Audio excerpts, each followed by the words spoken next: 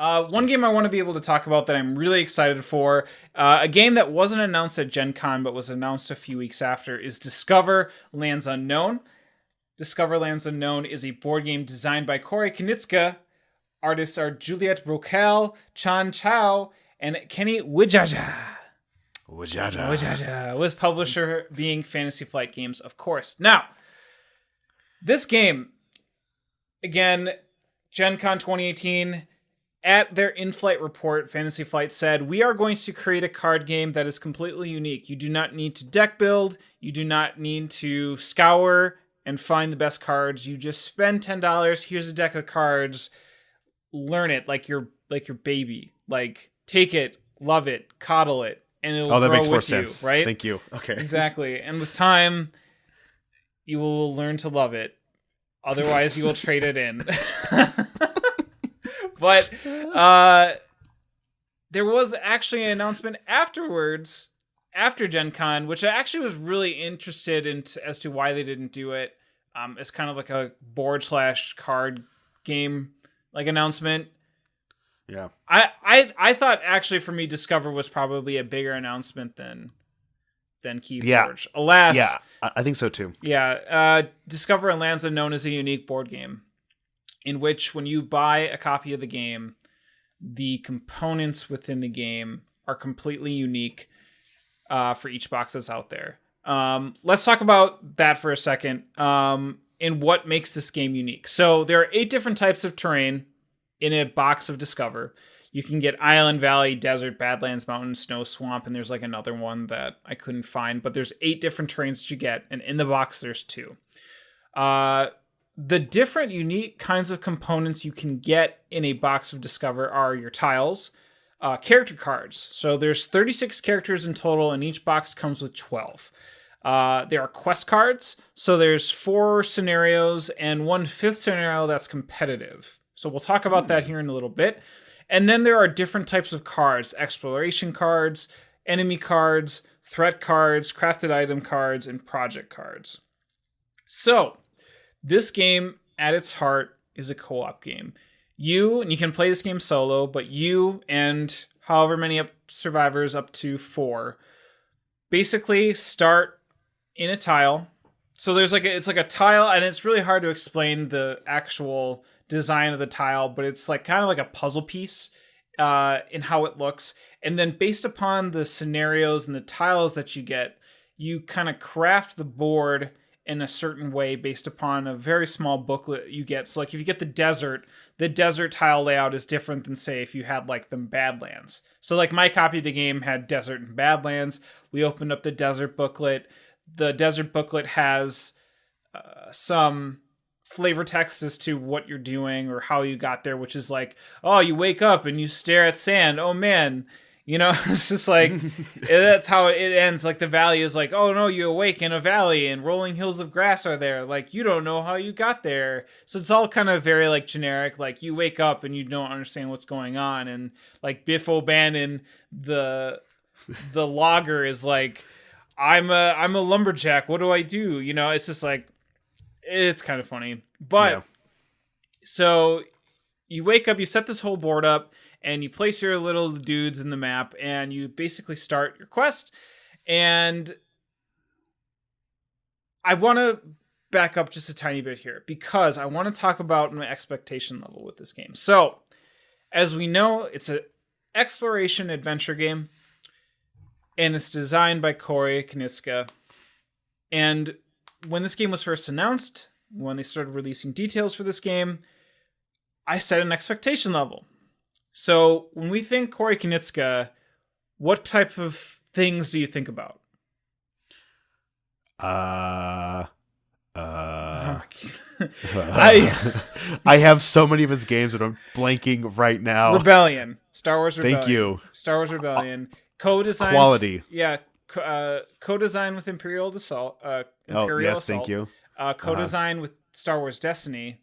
Okay. Co-design of Forbidden Stars. Like that's kind of like what he's known to work with other high-profile designers within Fantasy Flight, right?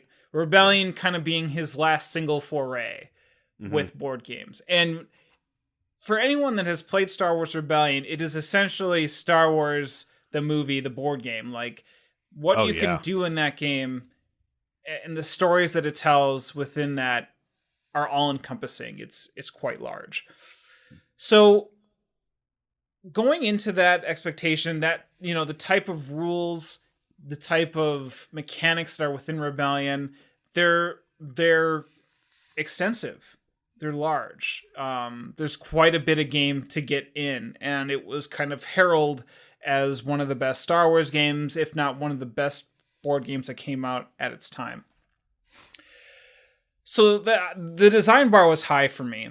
And then there have been spatterings on the internet, which may have been my fault to kind of fall into, but I think people were getting the impression of like, how does this correlate to a Seventh Continent? How does it correlate to another type of adventure game where you find yourself lost and you're needing to find out what's going on? Seventh Continent being kind of the adventure game that had been as well heralded as like this card game that has like 4, 5, 6, 7, 8 hours to complete just like one, was it curse? I think in the game. Like yeah.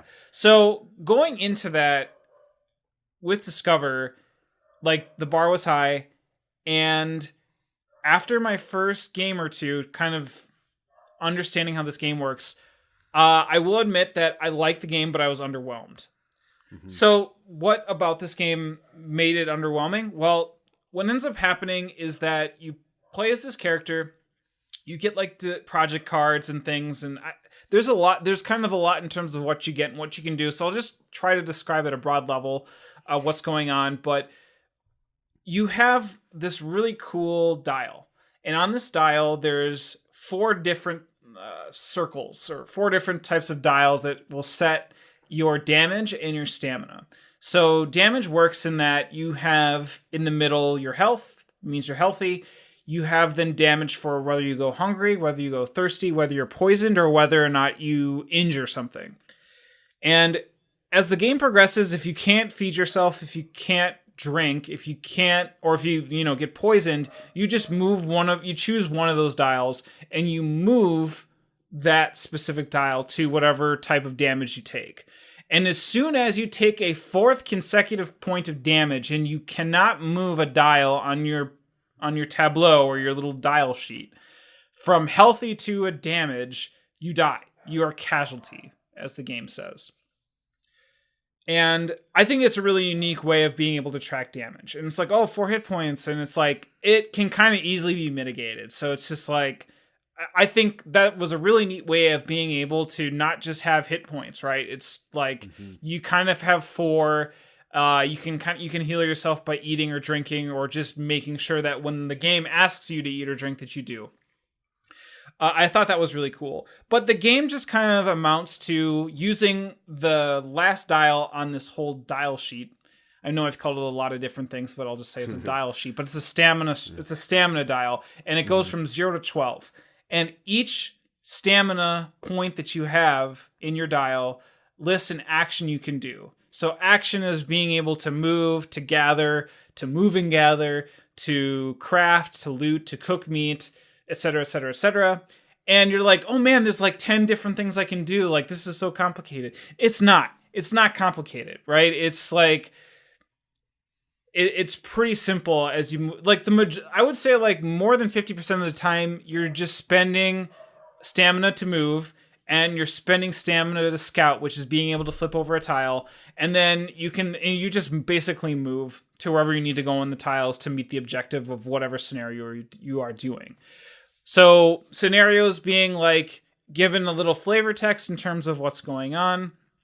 And it asks you, in order to kind of continue with the story, you need to find a landmark and investigate it in order to get to the next stage of the scenario. Or, you need to flip over X amount of tiles, and when you do, advance the next stage of the scenario, etc. Which is, again, a unique part of the game, right? So, like, in the copy that you would get, the types of scenarios or quests you would get are going to be different from my copy. But again, it's like, it's nothing too mind-blowing. It's just going to be, find X landmark or gather, X amount of resources or something to that effect. And then eventually you'll come to the point where kind of relatively abruptly you'll kind of trigger the end game in what you'll need to do, which is where, you know, it comes to some other fashion where you might have to find a specific tile on the board that has like a red icon or whatever to be able to progress, and then the game ends, right? So either the survivors win, or there are some scenarios where, you know, if you hold a certain item and you're the last one alive, you win, whatever. But for the most part, you're all working together to basically survive, and then the story just kind of comes to an end. A couple different things, attacking as well. So as you're going throughout the game, you'll find monsters or food, or not food, but animals that provide food. And there's 2 dice, 2 12-sided die. And on each monster card, there's going to be a red kind of marker and a gray marker. The red marker is what you need to roll in order to damage the monster or animal. The gray marker, reverse that. The gray marker is what you need to roll in order to damage the animal. And the red marker is the die that, you know, an opponent would roll in order for them to damage you. Some animals don't hit back. Some of them do. Some of them have multiple hit points. It's relatively straightforward. Just roll a higher number than what the card shows and you're fine. You'll deal damage. They'll run away. It'll do stuff like that. So again, there's like some other tidbits and things that this game can offer. But again, what it comes down to is you're spending stamina to basically reveal things, follow the objective, you know, just get it done, and then the story just kind of abruptly ends. So I've been really, really conflicted about this game. Like I said, originally coming in, was completely underwhelmed. I was like, this is not exactly what I expected.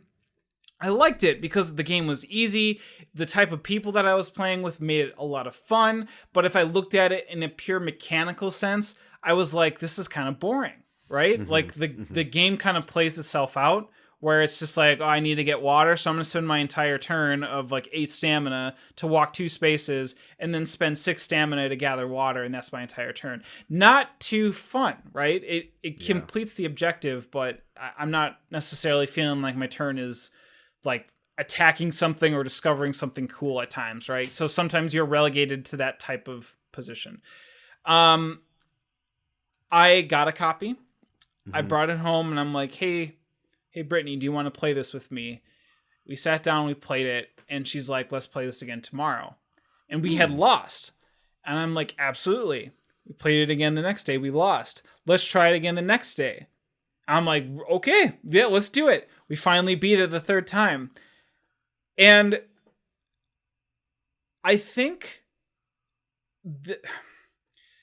with each play of this game, the game has made itself more appealing to me, I think. Oh, interesting. I really, really like how easy it was to teach and the stories that it told within that we crafted for ourselves. Mm-hmm, right. And I think that was the whole point, right? I don't really want to get into specifics and spoiling things, but it's just like the game is not out there to tell some overarching grandiose story of adventure.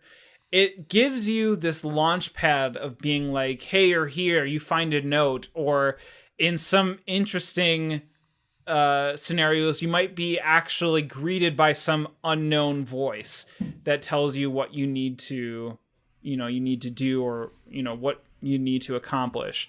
And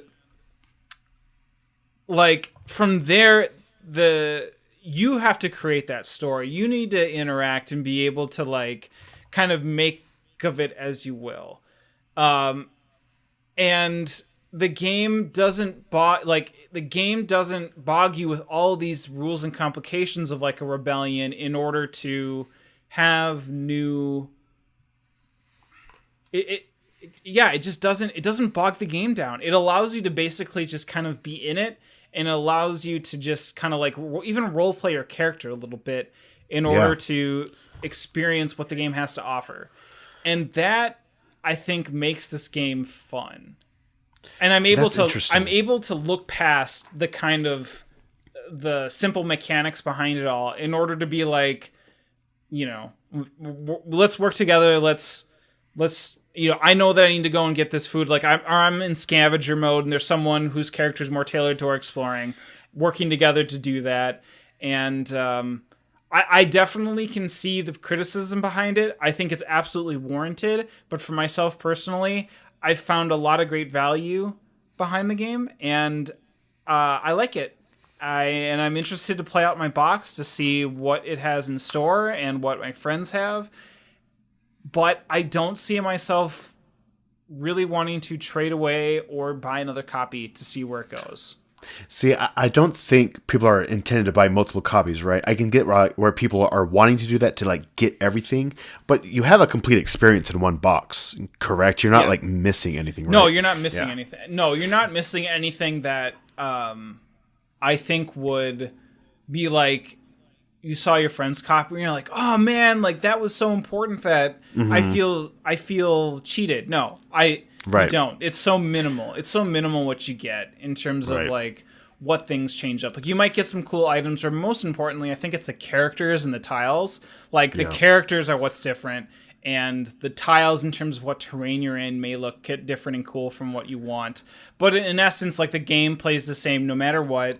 And again, the story isn't going to be something perfect, or isn't going to wrap everything up in a tiny little bow. It might be kind of loose and abrupt. I'm not going to lie. At the same time, though, but in the middle, in that meaty sandwich part of it, the amount of fun that you make of that game is what you put into it. And if you don't want to put too much into it, I think you'll find this game kind of boring.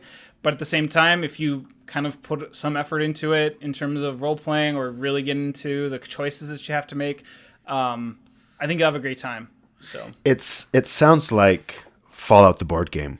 Have you played that at all? Yeah. I think it's similar mechanics in terms of flipping the tile and removing it. I see that as almost like a Discovery 0.50 or something like that, right? Well, yeah, and also having like a story just kind of abruptly end, and you're just the mechanics itself are not that exciting, but it's everything surrounding it. The theme, it's what you put into it that makes that game fun. I love Fallout the board game. Other people have criticism gets it, and I totally get that.